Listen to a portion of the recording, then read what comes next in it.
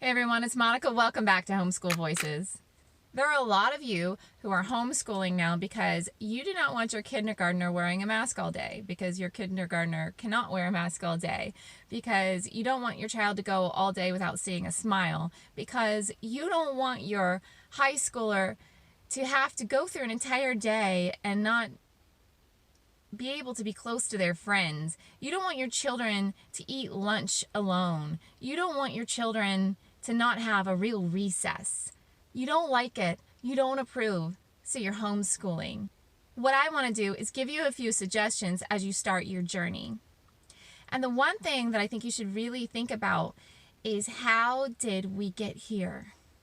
How did we get in a situation where we have a society where enough people are either demanding or at least accepting of these crazy measures that they're taking in schools to where it can actually go forward? They can actually have enough enrollment in schools to make this happen, to do this. How did we get here? Let's just start with the fact that we have a population of people who are very willing to do whatever they're told and to accept just about anything as fact as long as they trust the source.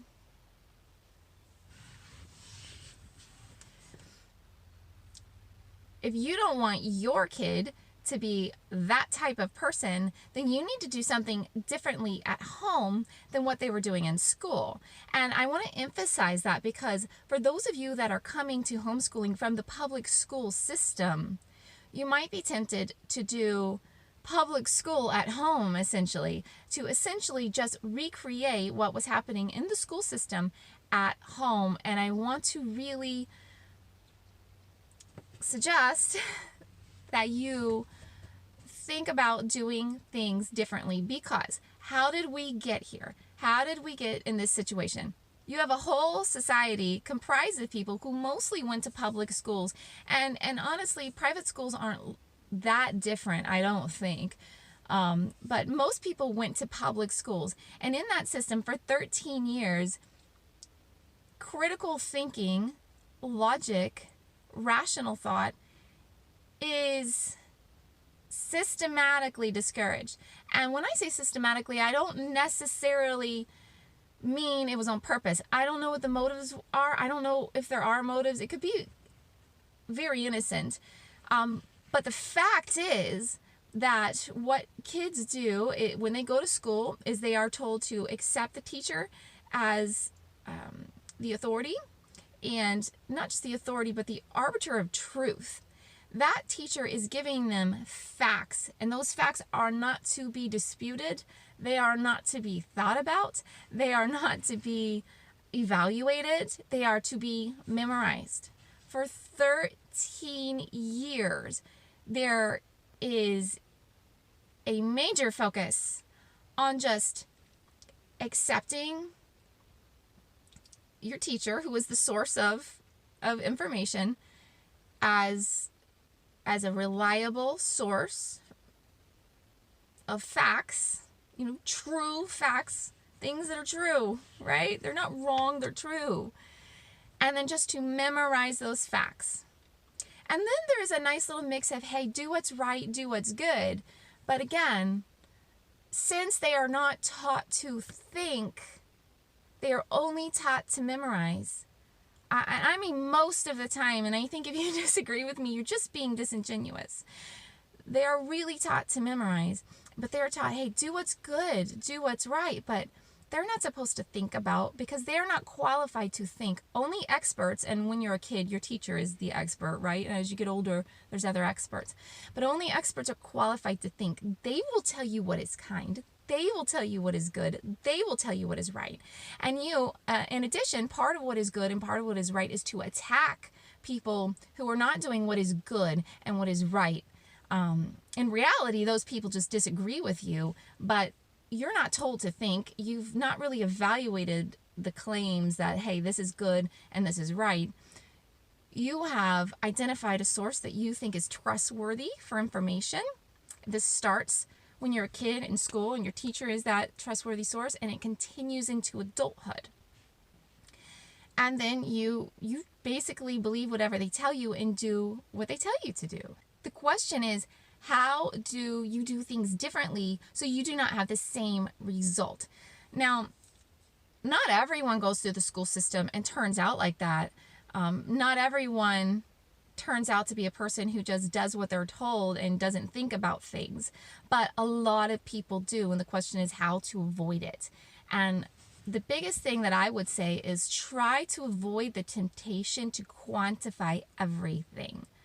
Try to encourage learning. Some things are going to have to be quantified. Do you know your multiplication facts? That is a quantifiable thing. It's simply a matter of asking the question and getting the answer. But be careful of doing that with history. Be careful of doing that with science. Kids need to learn and develop opinions and learn to support those opinions. If you spend so much time memorizing, you don't have the time to really teach your child to be a critical thinker. And I'm going to just end this on one very, very important note. And that is, you would be hard-pressed to find a person who is able to form a very, very clear thought in their head, who is not also able to write that thought down. So, a lot of people don't like this, but I just can't get past it. If you cannot write a clear thought on a piece of paper, I don't believe you have a clear thought in your head. If you're not developing clear ideas in your head, you're probably the type of person to do things unquestioningly, to just simply identify an authority who is your arbiter of truth, and to just believe what they tell you and do what they say. If you don't want your kids to be like that, you have to avoid the temptation to quantify and to test the heck out of everything, and you have to teach them to write. You have to. A lot of you don't know how to write. That's okay. And I'm not calling you stupid. I am not. And please don't put words in my mouth and think that. You are smart. And I think that most people are smart and capable of homeschooling, even if they had a bad education. And even if, for example, you cannot write yourself. Doesn't mean you're dumb. It means you haven't trained yourself to think through things clearly. And you need to train yourself, and you need to train your kids, and you're capable. There's resources out there. If you want to do something, you'll do it, and you'll find a way. It doesn't matter if you've been taught to do it before. That doesn't matter. You'll figure it out. So when I'm just, please, if you're going to take your kid out of a school system because you don't like the insanity, don't copy the school system that caused the insanity. Just take time on a regular basis thinking about what you're doing, thinking about, does this work? Does this serve the higher purpose that I have of creating hardworking, logical, intelligent human beings who are caring, but not this idea of being caring and kind that is mindless. It's being caring and kind because you've actually thought through yourself what that means. You're not just doing what you're told, because that's a frightening thing, isn't it? To have people who are just mindless robots doing things that they're told to do and repeating mindlessly that it's kind, it's good, it's kind, it's good, but they've never actually thought about, is it really kind? Is it really good? What does it mean to be kind in this situation? What does it mean to be good in this situation? So that's it. That's my rant for today. Please just take time to really think through what you're doing. Make some big goals, big goals, and ask yourself regularly, is what I am doing helping myself and my child achieve those big goals? If it's not, reevaluate and improve what you're doing. And I just want to leave you one final note. You can do this. A lot of you are pulling your kids out and you're freaking out because you think you're not capable. You're not trained to be a teacher.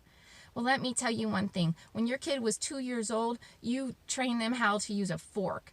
Did anyone tell you how to teach your kid how to use a fork? Did anyone, teach you how to teach your kid how to ride a bicycle? Did you have to be an expert to teach your kid how to ride a bicycle? You don't have to be an expert. You have to love your kids, and you want to have to figure it out, and you can figure it out. You guys can all do this. You guys are all capable, intelligent human beings who can teach their children, and who, if you don't know how to do it, you can figure it out. I hope this video was helpful and encouraging and inspiring to you. Please continue the conversation below. Tell me what you think. In the meantime, happy homeschooling and have a great day.